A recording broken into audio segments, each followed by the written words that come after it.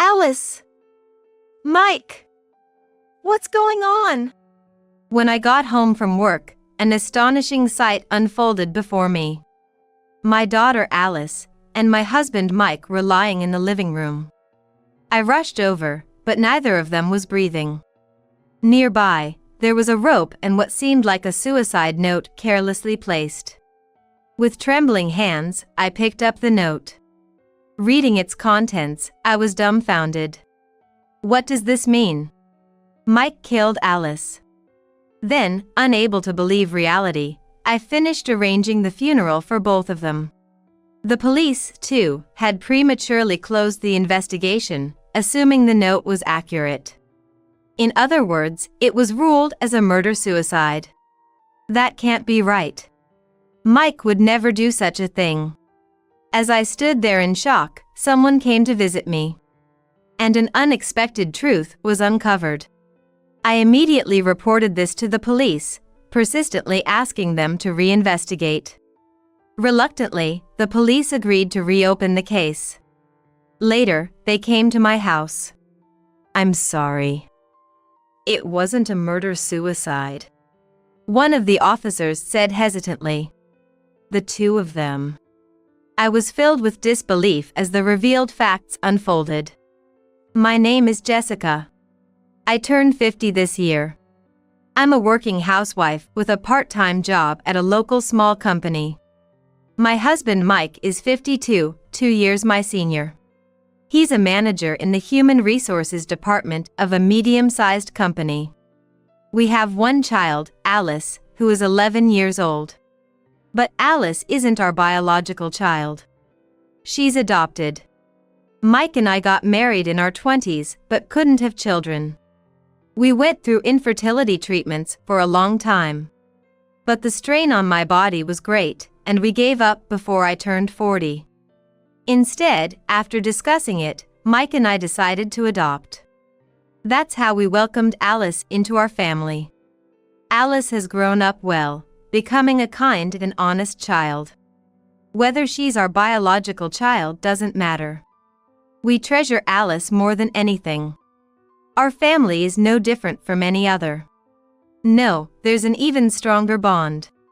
I didn't want to believe such a horrifying event could happen to us. No, I still can't believe it. But it did happen in reality. Mom, I'm home. Alice returns home in the evening with her usual bright voice. Behind her, Alice's friends from the same class, who she's recently gotten close to, were there as well. Hi. We're coming in. Sorry to disturb. Welcome. It's Daniel and Nicole. Daniel is a mischievous boy who's good at games. Nicole is a model student who's very responsible. Somehow, they hit it off and lately, they've been playing together more often. They immediately go into Alice's room to enjoy some games. I hear their cheerful voices and can't help but smile. I prepare snacks for the three of them in the kitchen. It's a reasonably priced pound cake I bought from a nearby sweets shop. I briefly wondered if it was too cheap but then thought better of it.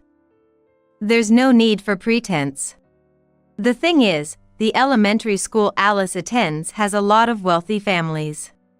Because many local reputable companies are located nearby, naturally, many of their executives send their children there. We just happened to build our house on a piece of land Mike's relatives sold us cheaply. We're not particularly wealthy. So, this was unexpected. At school events like class observations, many parents showed up dressed glamorously, carrying high-end brands. I felt a bit out of place in that atmosphere. I stood out in my no-brand clothes, and conversations at parent meetings revolved around overseas trips and fancy restaurants. I remember feeling somewhat uncomfortable.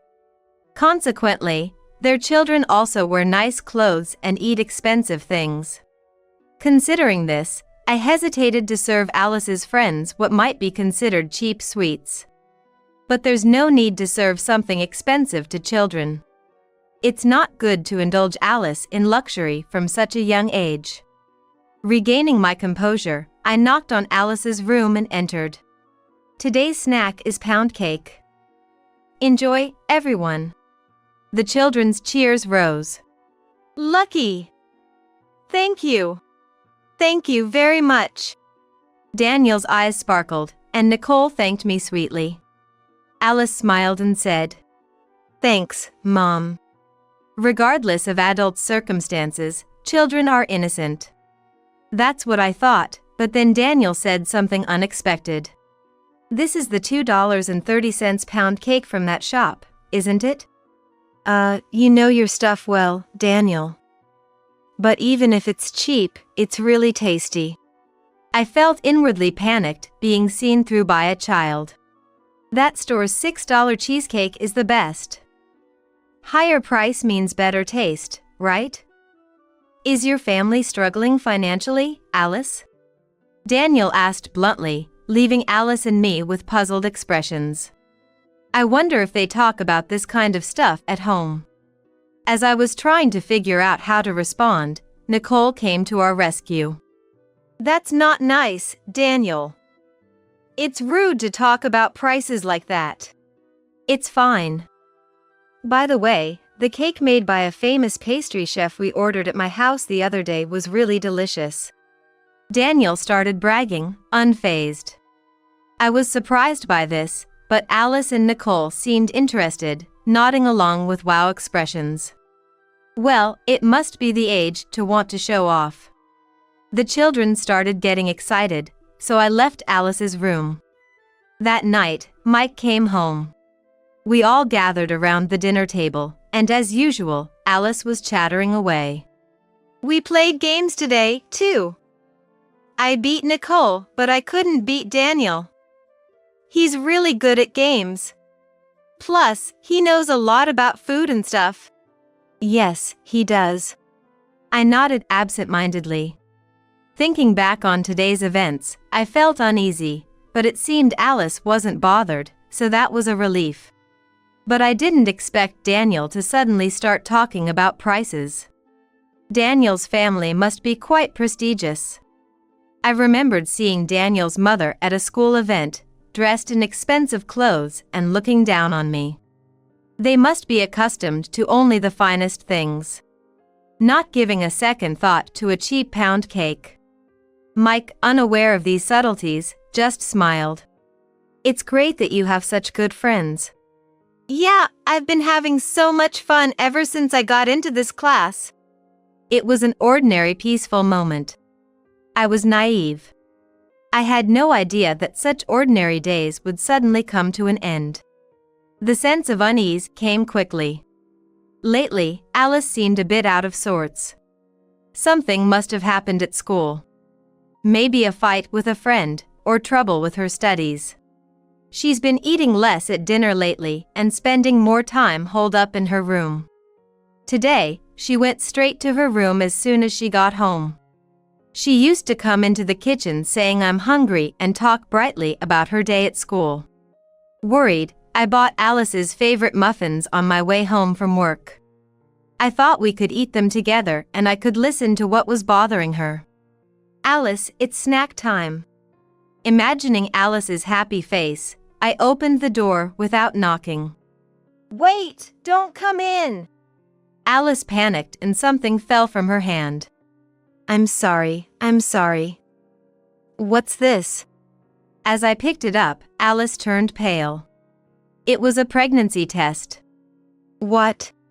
The positive line was clearly visible. What is this? What's going on?" I was at a loss for words, unable to believe what I was seeing. "It's..."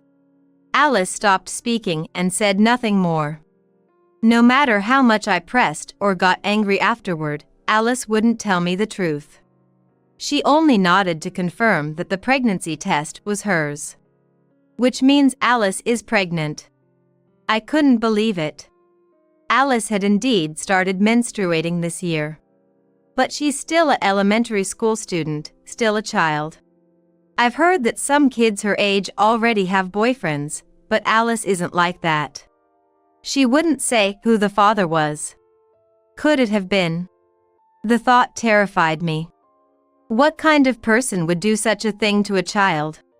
I tried everything to get her to talk, but it was no use. Eventually, Alice started crying. At that point, there wasn't much I could do. I went back to finishing up the dinner I had abandoned and took care of Mike when he came home. Dinner was unusually quiet for the three of us. Alice ate little and quickly retreated to her room, saying, "I'm going to bed." "Wait, Alice. We're not done talking yet." Calling her to stay was useless. No response. Eventually, Mike, sensing something was off, asked, "What's going on? Both of you were so quiet during dinner. Did you guys have a fight?" At Mike's words, I let out a deep sigh. Actually. After some thought, I decided to consult Mike. This was too big an issue to handle alone. Mike was shocked upon hearing it. "No way! Are you kidding? Could it be a mistake?" But I saw it with my own eyes. And Alice herself said, "This is mine." As I said this, Mike grimaced and exclaimed, "But Alice is still in elementary school. Who could she possibly?" I mentioned what had occurred to me. Come to think of it, there was a message recently about a weirdo hanging around near the school. They said to be careful. I don't want to think it, but maybe. It's possible. She might have been approached by a weirdo on her way home. Mike nodded. That makes sense. Maybe that's why she can't talk about it. But if she really is pregnant, it's serious. We have to take her to an OB/GYN. Yeah. And I'll try talking to Alice too. Depending on how things go, we might need to go to the police. Hearing police made me feel dizzy. This was turning into a nightmare. But we had to catch the culprit soon. I couldn't forgive someone who would do such a thing to a grade schooler. We had to act fast. Luckily, tomorrow is Saturday, everyone is off. We decided to persuade Alice to go to the hospital or police.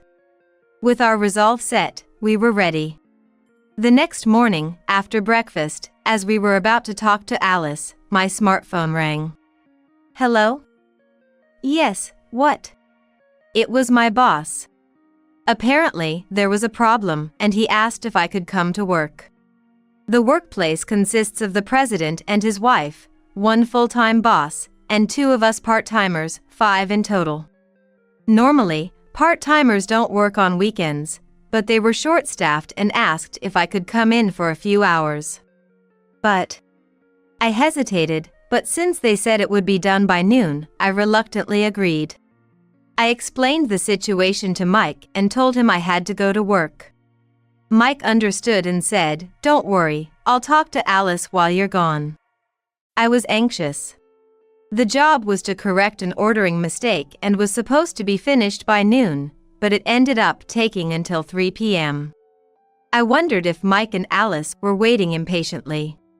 Rushing home, I called out, "I'm home," but no one replied. Feeling uneasy, I went into the living room. And then I saw a shocking scene. Alice and Mike were lying face down. "Alice! Mike! What happened?" I rushed over, but neither was breathing. Nearby, there was a rope and a paper that looked like a suicide note. The note read, "I'm sorry.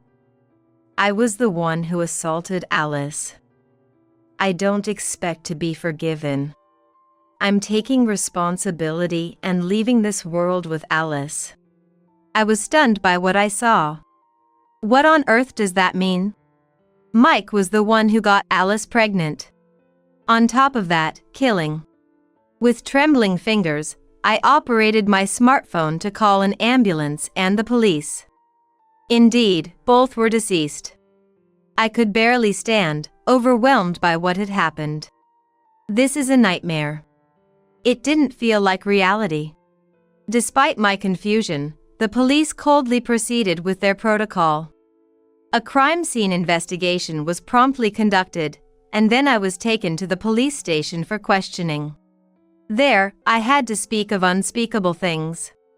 That Alice was not my biological daughter, that she was pregnant, and that we were about to go to the hospital and police right before this happened. Being detained for a long time and speaking continuously, I was indeed exhausted. I was mentally shocked, and my head felt foggy. It was then. The middle-aged detective facing me looked at me with sympathetic eyes. "Your husband must have been quite panicked. If you went to the police, they would perform tests, and his relations with your daughter would be revealed." Angered by his words, I retorted, "My husband is not that kind of person. This is some mistake." I don't want to say this, but such incidents are surprisingly common.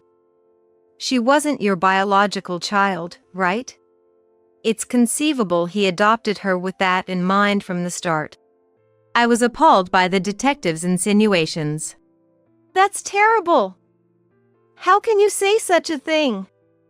Both my husband and I have always cared for Alice deeply. It's unthinkable we would have such reprehensible motives." As I said this, the detective's expression grew even more pitiful. "Well, I understand you want to believe that. But men often have a side they don't show their wives." Mike was not that kind of man. I was about to say so, and opened my mouth. But, exhausted and angered to my limit, I couldn't speak anymore. It seemed from the note that they had concluded it was a suicide pact. That was impossible. No matter how much I insisted, the police wouldn't listen. Thus, no further investigation was conducted. Eventually, Alice and Mike's funeral was held. Even as I went through the motions, I couldn't believe it. I kept thinking this had to be a dream. My mind was constantly foggy, as if shrouded in haze, but with my parents' help, we somehow managed to get through the funeral. Alice's school friends, especially Nicole and Daniel who were close to her, attended. Mike's friends and colleagues were there too. Everyone was struck by grief, but given the nature of their deaths, it's undeniable they were treated like touchy subjects. Despite not wanting to hear it, I caught whispers from the mourners. "That person, it seems he could only love small children. And to think he did that with an unrelated child. What a terrible incident." I wanted to scream out, "No, that's wrong. Why did it come to this? Mike would never do such a thing." Something was definitely off. But there was nothing I could do. Lately, I've been unable to sleep or eat. I've become significantly emaciated. I had lived an ordinary life up until now. Why did this happen? I lacked the energy to do anything as time simply passed.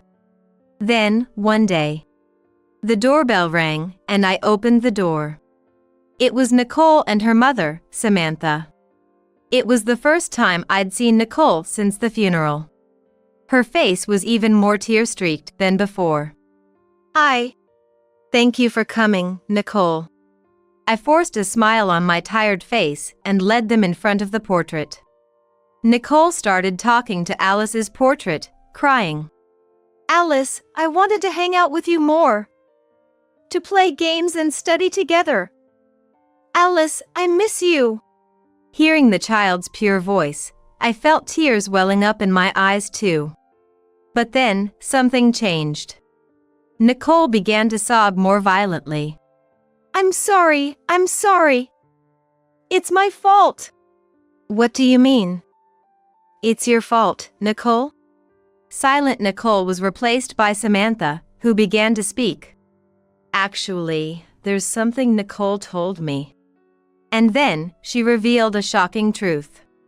"So, that's what happened. Thank you for telling me, Nicole." After hearing the story, I was stunned. "This fact should be reported to the police," Samantha said decisively. But I just looked down. "But, it seems they've already concluded it was a suicide pact." Then Samantha said something surprising. "I have a relative in the police force.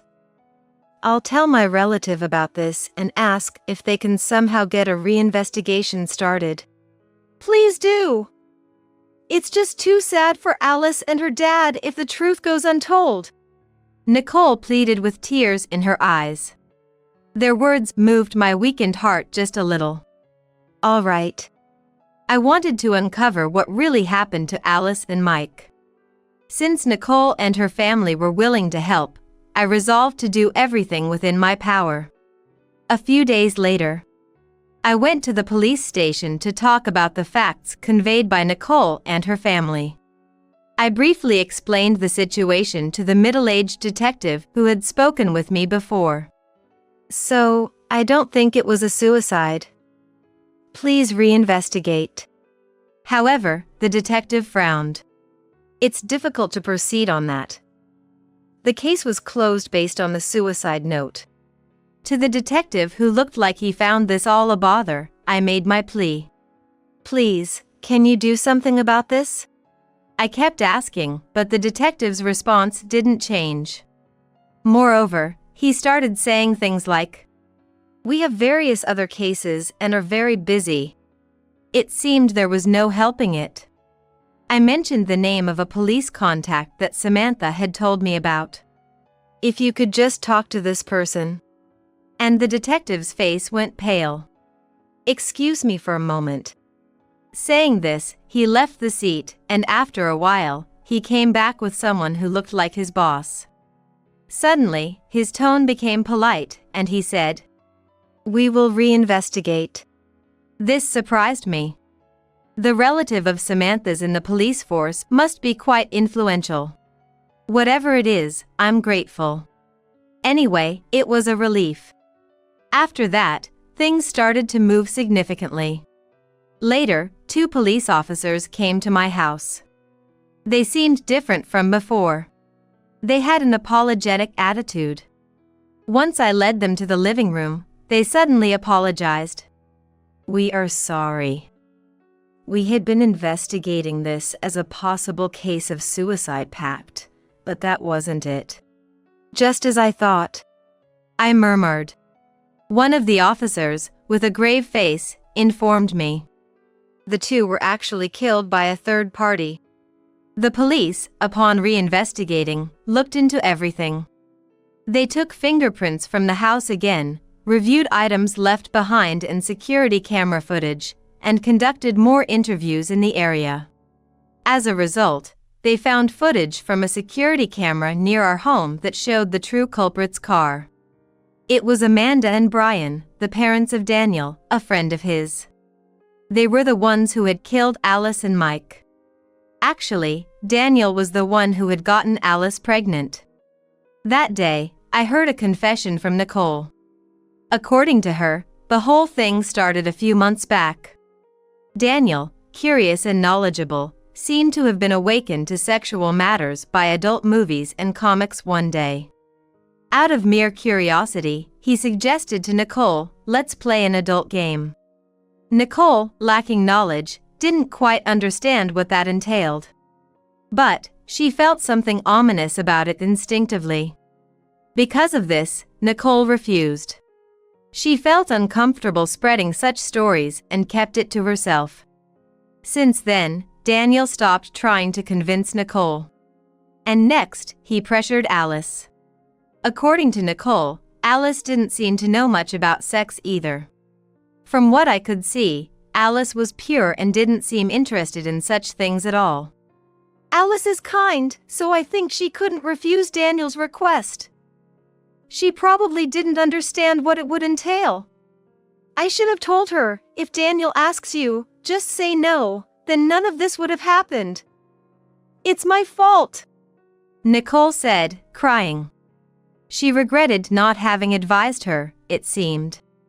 As things were, the situation had taken the worst possible turn. 2 people had died.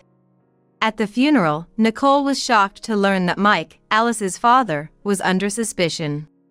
She couldn't just let it be, and mustered the courage to confide in Samantha. And then, Samantha, having learned everything, brought Nicole to her house. Alice was impregnated by Daniel. It wasn't your husband, so there's no reason for you to be heartbroken. It may be hard to say this, but perhaps they were killed by the adults around Daniel to silence them. Samantha seemed hesitant to say it. But that terrifying speculation turned out to be true. Daniel's parents, Amanda and Brian, had made a plan. It all started when they learned of Alice's pregnancy. Alice, puzzled by the changes in her body, must have told Daniel about her condition. Naturally, Daniel would have told his parents, Amanda and Brian. Amanda and Brian panicked. Daniel's family was distinguished, with members holding high social status. A sexual scandal involving a child, who was still in elementary school, was unfathomable. So, they decided to kill Alice before the story became public. They probably had a story planned out about Alice being harassed by a pervert and dying as a result. Initially, they intended to lure only Alice somewhere. Presumably, Alice, having been called out for some reason, was planning to go alone. That was supposed to happen on a Saturday morning, after I had gone to work. However, Mike, having learned of it, must have confronted Alice. At that moment, Alice told Mike the truth. Then the two of them went to Daniel's home together. But this was an unexpected turn of events for Amanda and Brian. It seems they had told her to come without letting her parents know, and Mike's presence threw off their plans. In a panic, Amanda and Brian changed their plan. They decided to kill both Alice and Mike, making it look like a suicide pact. When the incident was over, they carried the body to my living room and left the rope and suicide note next to Alice and Mike. The story is that Mike had been looking at Alice in a sexual way and got her pregnant, so he had no choice but to kill her. The suicide note was forged using a computer to avoid detection through handwriting analysis. And, to be thorough, both wore gloves to ensure no fingerprints were left in the house. Their plan was a complete success. However, it made me wonder why the police investigation was so sloppy, but there was a reason for that too. It was due to the unique customs of this area. In a region inhabited by many wealthy individuals and business owners, the police tended to be on their side. It was mutually beneficial for various conveniences. Thus, as someone who was neither wealthy nor a business owner, a so-called outsider, I was at a disadvantage from the start. For the police, investing time and effort into investigating outsiders had no return, naturally leading to a half-hearted investigation. Even when the circumstances strongly suggested murder by a third party, the police hastily concluded it was a suicide based on the note, without proper investigation. This case was on the verge of being buried in darkness. Then, an unexpected savior appeared. It was Nicole and her family. The relative of Samantha who worked in law enforcement was likely not just a regular officer. Probably someone with a considerable rank within the police force. Otherwise, a reinvestigation would have never been initiated. It later became clear that the middle-aged detective who had been in charge of my case was demoted. This, too, can be attributed to the influence of that high-ranking police official. Upon re-examination, Amanda and Brian's car was spotted on a neighbor's security camera. Of course, that alone was not enough evidence. But there was also testimony from neighbors who had seen a suspicious man and woman entering our house. Based on these, a search warrant for Amanda and Brian's home was issued. Whether they anticipated this outcome is unknown, but the Daniel family's home was meticulously cleaned. Not a single fingerprint was found, yet fortune was on our side. Fibers from the clothing Alice wore that day were discovered in Daniel's home.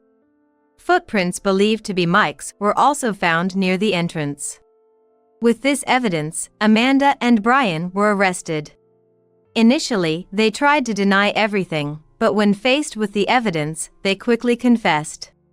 To hide the shocking scandal that elementary school-aged Daniel had impregnated Alice, they admitted to killing Alice and Mike. With this, the suspicions against Mike were cleared. I felt a slight sense of relief. It was too cruel for Mike to be murdered and then accused of being a criminal. Subsequently, this case stirred up a huge public uproar, becoming a major news story. Television and magazines featured it as the darkness of a wealthy family, and it seems photos of the Daniel family were spreaded on social media. I say seems because I didn't actually see it myself.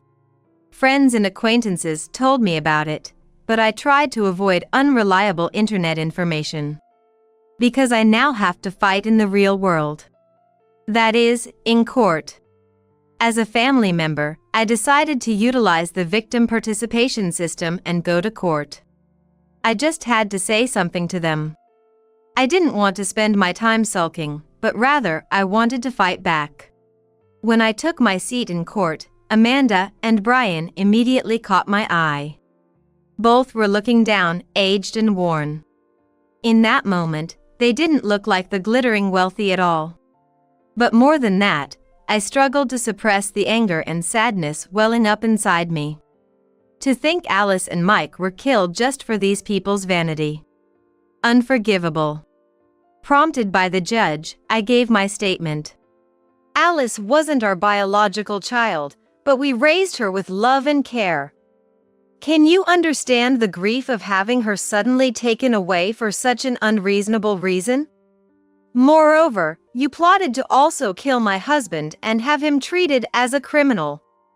For the sake of appearances, to hide your child's wrongdoing with such a trivial reason.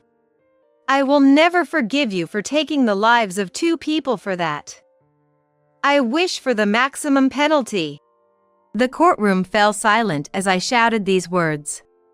Amanda and Brian were ashen-faced and shaking violently. Perhaps they had finally realized the enormity of the crime they had committed. But it was too late. No amount of regret could undo the taking of lives. If possible, I wish they could give back the 2 lives they took. If not, I believe they should atone with their own lives. Then the verdict was delivered. As requested, the ultimate penalty was imposed on the 2 of them.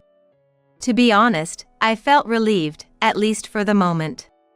The date of execution is unknown.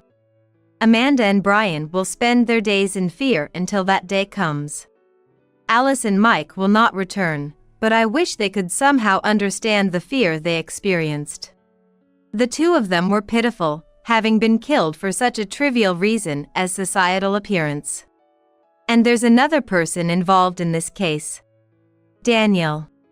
Though he was not directly involved in the event that took the lives of Alice and Mike, it is a fact that he impregnated Alice. Daniel has confessed, and there are testimonies from his parents. But Daniel is a minor, still in elementary school. As a result, a notification was sent to Child Welfare Services, and he was placed in a care facility. He is now facing the crime he committed, crying and filled with regret. He's still a child, but he gave in to desire and curiosity, hurting Alice. I hope he never forgets that. And I hope he truly repents. Later, I reported the outcome of the trial to Alice and Mike at their graves. Mike, your name has been cleared. Alice, I'm sorry I couldn't protect you. But they received the ultimate penalty. It doesn't mean you can come back, but I've avenged you. So please, rest in peace. As I said this, the flowers I had placed earlier swayed slightly. It might have been the wind, but it felt as if they were responding, and tears welled up in my eyes. Then, 10 years passed. I now live far away from that land, in a city. Part of the reason is that being in a place filled with memories of Alice and Mike was painful, but more than that, I grew to despise living in a land populated by the wealthy. People who chase after appearances and privileges. That was, after all, what led to Alice and Mike being killed. I found it all so meaningless and saw no need to stay in such a negative place. Since then, while working, I've been active through a victims' rights group, organizing lectures, suggesting places for victims to talk. The activities are varied. Nicole has been helping me. Nicole has become a college student, studying psychology. Moving to the city for university just as I did, she started to help with our activities. Nicole felt guilty for not being able to warn him, tormented by a sense of guilt. But the fault lies entirely with Daniel's family, not Nicole. You don't have to worry. I've told her many times. And over time, she has begun to move forward, now able to show a bright smile again. Recently, the presence of our victims' rights group has gradually become known, leading to more lectures, magazine, and TV opportunities. Though we've become quite busy, I've never forgotten about Alice and Mike for a moment. I've often thought about what it would be like if they were still alive. But each time, I devote myself to our cause, to support the existence of many victims' families, to be of some help to them. That, I believe, is the best way to honor their memory. As one left behind, I am determined to fulfill this mission. No matter how tough things get, I plan to keep moving forward, believing that Alice and Mike are watching over us from heaven.